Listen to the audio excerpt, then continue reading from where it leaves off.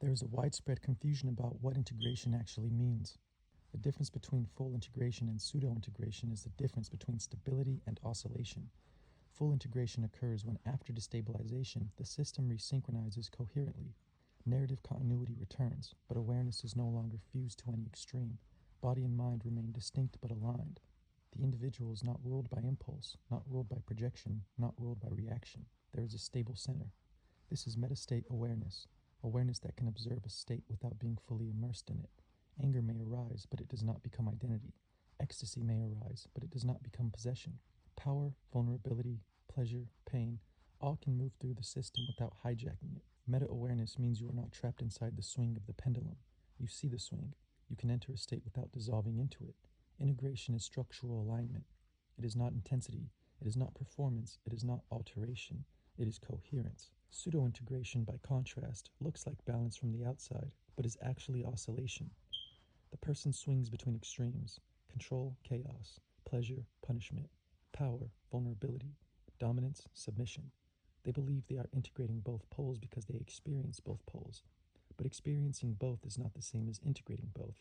Oscillation is not synthesis. If you alternate between two extremes, the extremes still govern you.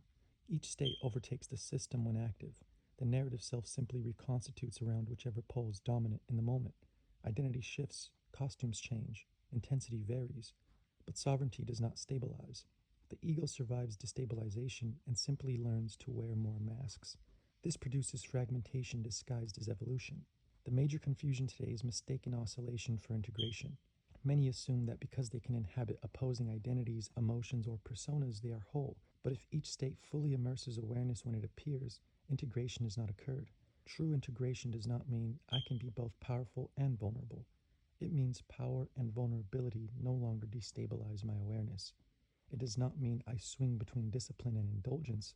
It means neither discipline nor indulgence rules me.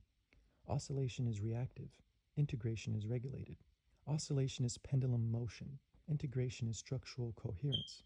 In the substance, Elizabeth oscillates between them: self-hatred and ego inflation, ascetic restraint and compulsive excess. She mistakes inhabiting both extremes for transcendence, but she never stabilizes between them. She never establishes metastate awareness. Each identity fully consumes her while active. This is pseudo-integration, and that is why the system collapses. In the substance, what we are watching is not simply a body horror. It's an initiation ritual, but one that fails.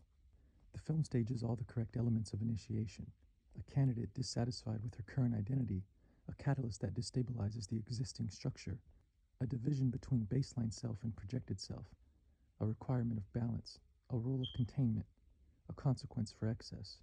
This is not random. It is ritual architecture. The catalyst is the substance which acts as a disruptor. It destabilizes the identity system.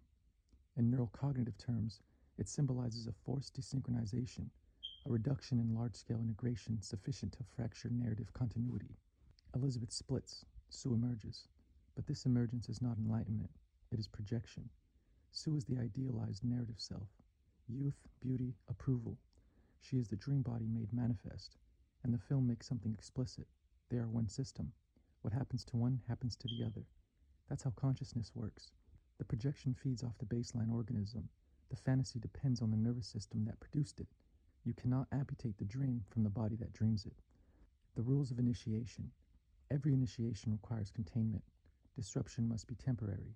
Integration must follow. Extremes must be balanced. The ritual in the film has rules. Alternate bodies. Maintain equilibrium. Do not overindulge. These are initiation safeguards, and Elizabeth breaks them. Not once, repeatedly. Excess as failure. Instead of stabilizing after destabilization, she escalates. Elizabeth overeats in resentment.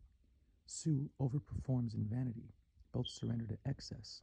This is not integration of extremes, it's amplification of extremes. True initiation integrates polarities without being ruled by either. Elizabeth does the opposite. She identifies with each pole when inhabiting it. There is no sovereign center. She never achieves lucidity. As Sue, she is swallowed by the dream. As Elizabeth, she is swallowed by self-loathing. There is no awareness stabilized between them. The monster as inflation. The final grotesque merged body is not integration, it is inflation. When destabilization is followed by ego reconstitution instead of coherent reintegration, identity expands without regulation. Projection and resentment fuse into monstrosity. Desynchronization occurred, narrative fractured, but instead of disciplined reintegration, the ego rebuilt itself around enhancement and revenge. The body swells because the narrative swelled. The system pops because it exceeded structural containment. That is not transformation, that is runaway feedback. The film functions as a warning disguised as spectacle. It shows what happens when you chase projection instead of integrating it. You mistake intensity for transformation. You amplify one pole instead of stabilizing between them. It warns against believing that enhancement equals evolution. Without integration, enhancement becomes fragmentation. Without containment, destabilization becomes catastrophe. At its core, the film demonstrates something profound about how consciousness operates. The self is a coordinated narrative system. Projection and baseline identity are not separate entities. Dissolution without reintegration produces instability. Excess destabilizes coherence. Consciousness requires synchronization. When synchronization weakens, narrative fractures. When reintegration fails, identity inflates or collapses. Elizabeth's tragedy is not that she changed, it's that she never stabilized. This is initiation gone wrong. The ritual worked, it destabilized her, but she did not do the second half. She did not integrate. And the film leaves us with the image of what happens when the dream consumes the dreamer.